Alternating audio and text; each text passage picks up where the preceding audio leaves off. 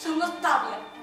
O meu pai é cerrallero, e a súa casa é a dos tellados en punta, con seranios nas ventás e rosas no xardín.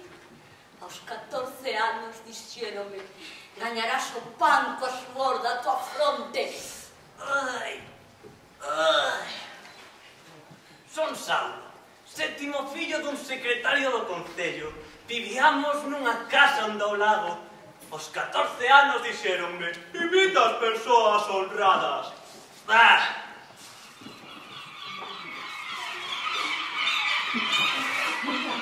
As gaivotas están famentas.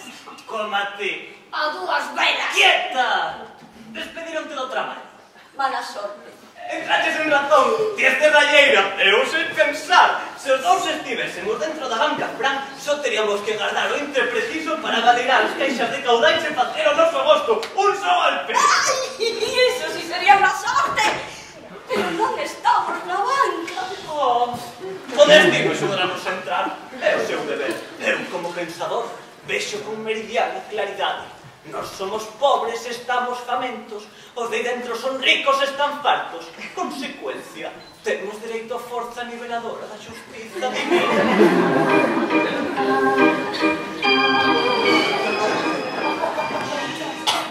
Señores, perdón a molestia. Son Francesca Quinta.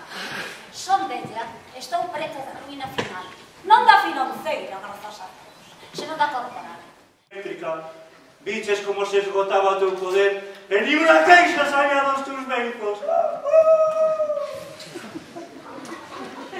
Pero o teu corazón non nos resistiu. Extínguese contigo a tua dinastía.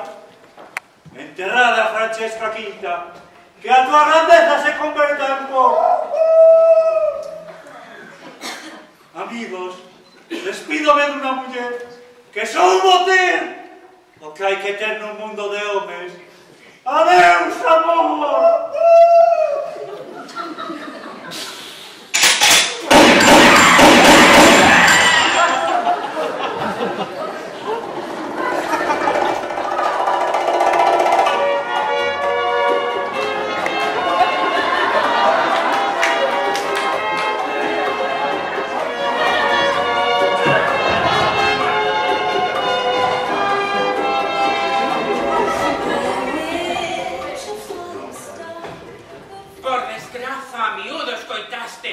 Que o mundo non é como desexamos xustos, e que os ricos son ricos e os pobres son pobres.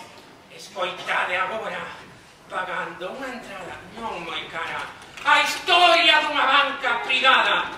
Personaxes, toda unha banda, dende os seus contables ata os seus xefe de persoal, e tamén a súa directora e o seu home.